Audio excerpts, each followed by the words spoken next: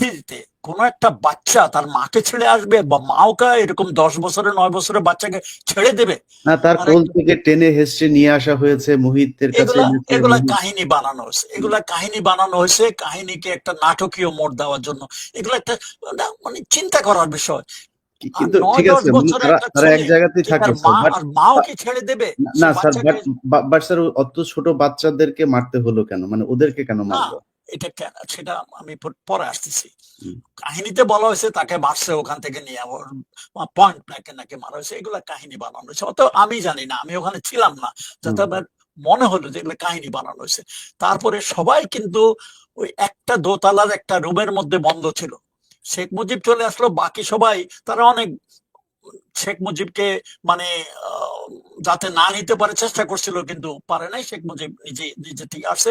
প্রথম তো সে খালি গায়ে আসছিল, তারপরে মনে হয় হুদা বলছিল যে আপনি জামা পরে আসেন। তারপরে তাকে পাঞ্জাবি দেওয়া হলো, পাঞ্জাবি পরা ছিল, তার তাম্বাকু এসব দেওয়া হলো, ওখানে নিয়ে নিলো তাম্বাকু। মনে হয় ইয়ে হুদা মনে হয় নিজেই মনে হয় পাইপ এবং তাম্বাকু নিলেন। নিচে নামার সময় তখন এই গোলাগুলি হয়ে গেল আর কি। কিন্তু ওরা যখন শেখ মুজিব পড়ে গেল, তখনই আবার আরেক রাউন্ড ঘোরাঘুরি উপরের থেকে শুরু হলো নিচের দিকে। তো ওই জানলা দিয়ে এই পর্যায়ে কিছু সিপাহী, অ্যাকর্ডিং টু বজলুদ্দা, কারণ যেভাবে গোলাগুলি ছুটতেছে চতুর্দিকে, তারা করলো কি লব করে, মানে খুব ক্রল করে ওই রুমের কাছে গিয়ে 2-3টা গ্রেট জানালা দিয়ে ভিতরে ঢুকে ভিতরে ফালাই দিল। ইতিমধ্যে কিন্তু শেখ মুজিবের বাসা সবাই একই রুমে, বাইরে কেউ নাই। বাইরে যারা ছিল ওরা সিপাহী টিপাহী, নিচে পুলিশ টুলিশ ওরা ছিল। শুধু শেখ নাসের ছিল নিচে, সে নাকি বাথরুমে গুলি খাইছে, বাথরুম মারা গেছে। কিন্তু বাকি সবাই, রাসেল মাসেল সবাই মিলে ওই রুমেই ছিল। ওই গ্রেনেড, অ্যাকর্ডিং টু, আমি জানি না কারণ দিস ইজ স্টেটমেন্ট ফ্রম হুদা, যে গ্রেনেড নিয়ে 2-3টা গ্রেনেড ওই জানালার ভিতর দিয়ে কাছে ক্রল দিয়ে ড্রপ করে তারা সরে পড়ছে। ওই গ্রেনেড ব্লাস্টে সবাই মারা যায়।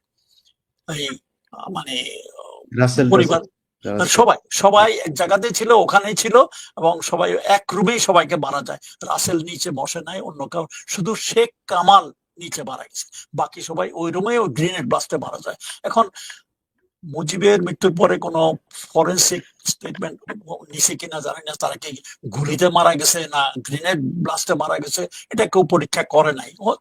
পরীক্ষা করলে দেখা যেতে পারতো তারা কিভাবে মরছে। কিন্তু সবাই ওই এক রুমে হার্ডল হয়েছিল, ওখানে সবাই মারা যায়। That was the end of Mujib family. ওইভাবে করা হয়েছে, এটা আমি যা মানে আমার এই বইয়ের মধ্যে স্টেটমেন্ট আছে, সেই এর মধ্যে সে বলেছে যে ওতেই সব মারা যায়। হওয়ার কথা, কারণ একটা রুমের মধ্যে এতজন লোক থাকলে একটা 2-3টা গ্রেনেড যদি একত্রে হুম, ব্লাস্ট করে, কারোর কোনো বেঁচে থাকার মানে সুযোগ নাই। হুম। তারপরে সেখান থেকে তো পরের ঘটনা আমরা